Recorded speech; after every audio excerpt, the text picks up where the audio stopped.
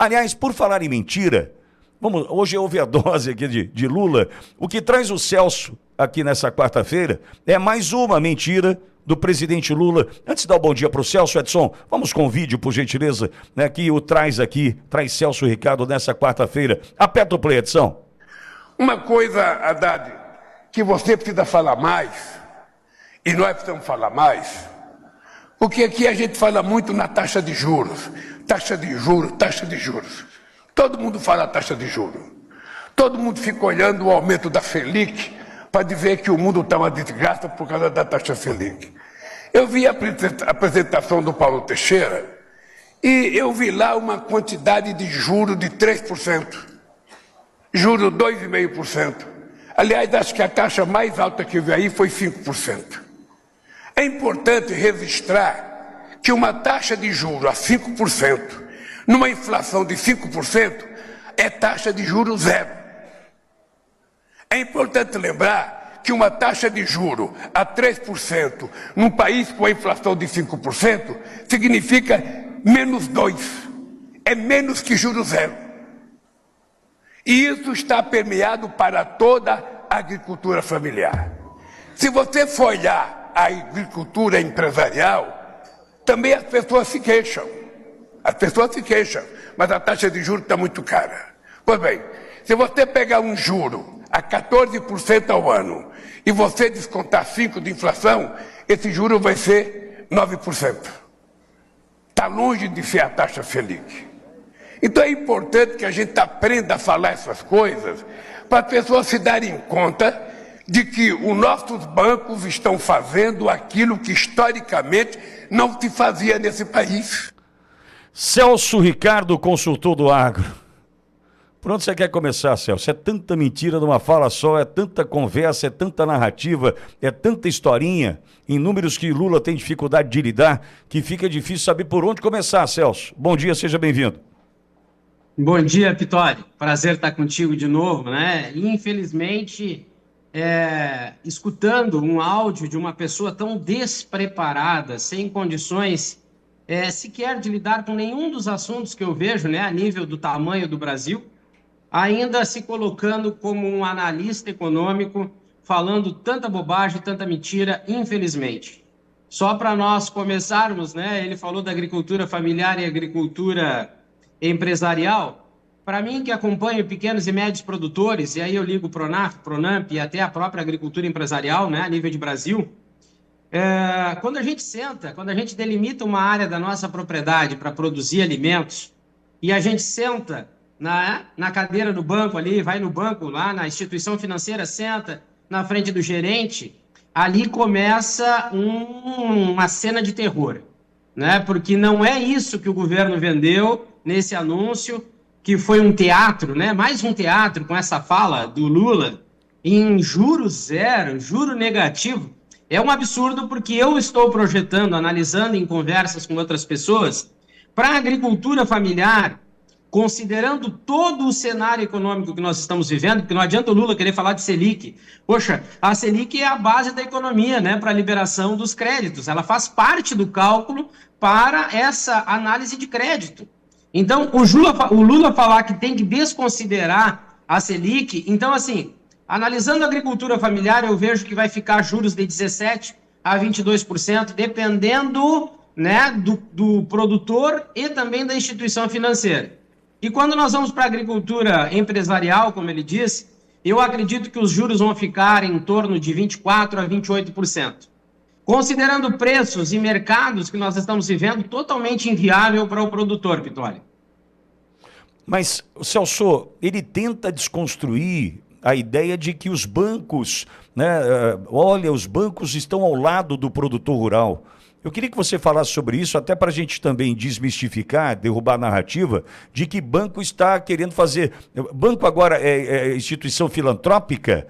Aliás, ontem eu ouvi, e me perdoe, eu não me lembro quem trouxe a informação, né, de que mundo afora, banco não está entre as maiores empresas. No Brasil, 5 bancos que temos aqui estão entre as 10 maiores empresas, ou seja, a atividade bancária, né, os banqueiros do Brasil faturam e faturam muito.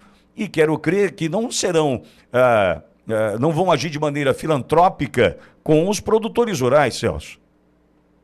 Não, totalmente, Pitoli, concordo contigo. Os bancos hoje no Brasil, quando a gente fala em agronegócio, os bancos têm uma política totalmente voltada para eles. Tanto é que nós estamos vendo eles fecharem superávit direto. Por quê? Porque esse dinheiro, né, dos bancos, eles partem de um princípio de um empréstimo barato para a instituição financeira, porém ela repassa com juros altíssimos para o produtor.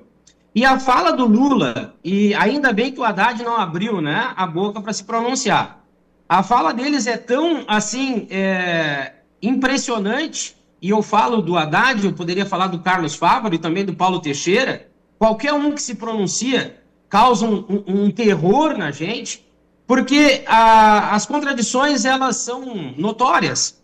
Plano Safra, por exemplo, no Brasil, ele não poderia somente ser um anúncio de um volume financeiro qualquer. Não importa se recorde ou não. Tanto é que esse volume hoje financeiro anunciado pelo Lula, considerando inflação e tudo mais, como ele quis falar, não é superior ao do ano passado. Então, as contradições, as enganações, a oratória política, ela se perde até para eles que querem criar uma narrativa positiva.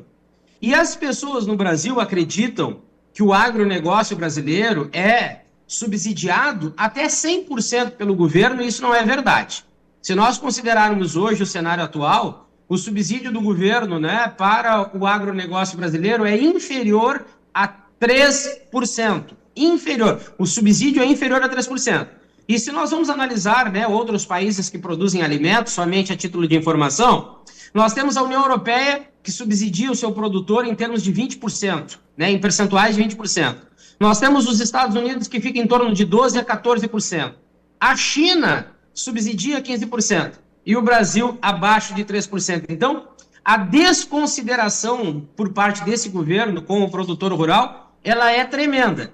E aí, quando o Lula traz, né, essa informação valiosíssima de que os juros vão ficar na casa de zero, nós vamos ver que o produtor rural entrou do ano passado para cá com os pedidos com o percentual de endividamento crescente, os pedidos de recuperação judicial chegando em patamares altíssimos, e nós estamos hoje com em torno de 70% a 75% do produtor rural endividado.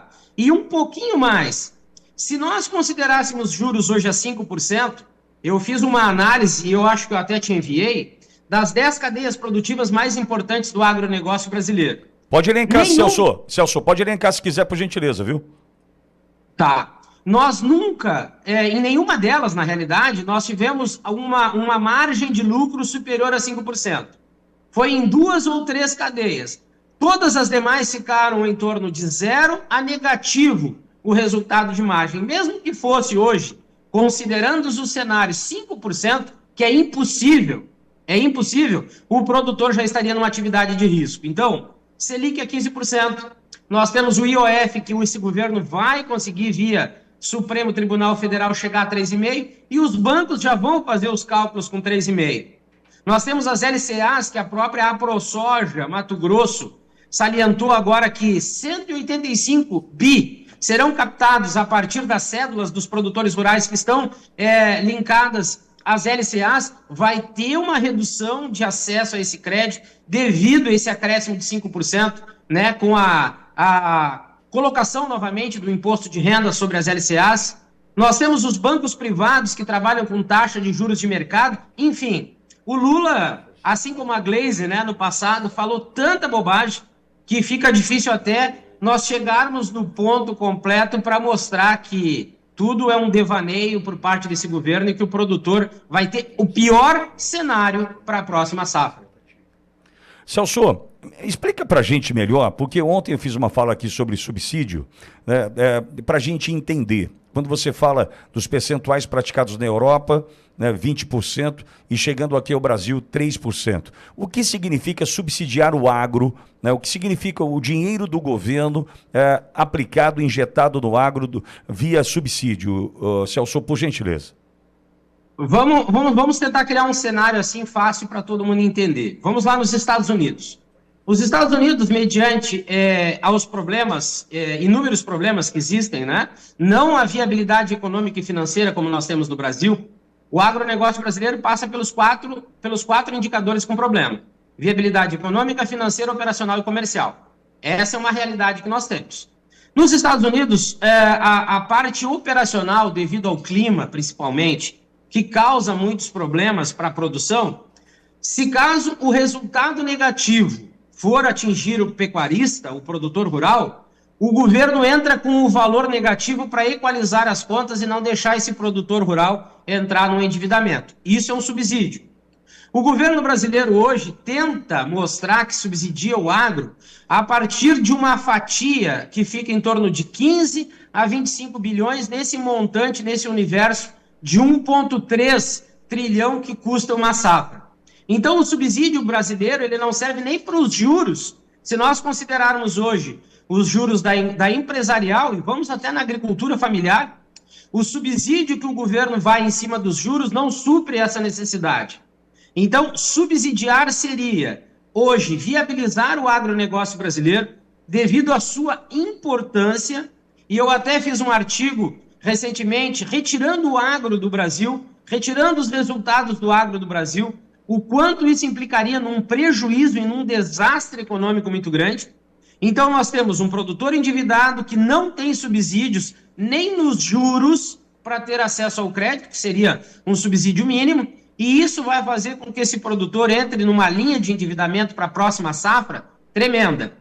Eu acredito que pela falta de subsídios, em cima dos juros que os bancos e o Plano Safra vai cobrar desse produtor, ano que vem teremos na próxima safra uma redução de área, uma redução de produção, e isso vai afetar as duas extremidades. Produtor reduzindo área para tentar pagar conta, e nós lá no final, com uma menor oferta de alimentos, vamos pagar muito mais caro para poder ter um alimento à mesa, e a insegurança alimentar no Brasil, que já é altíssima, só tende a piorar. Então, subsidiar é dar o apoio e o equilíbrio financeiro para o produtor, mediante fatores climáticos, flutuação cambial, a própria alteração mercadológica em termos de oferta de commodity no mercado que derruba o preço, o governo entraria com o restante para equalizar e não deixar esse produtor rural endividar. Se nós levarmos, ao pé da letra, como tu bem falou, um setor com 30% do PIB, que com a área que tem hoje pode, e isso eu afirmo em cima dos meus estudos,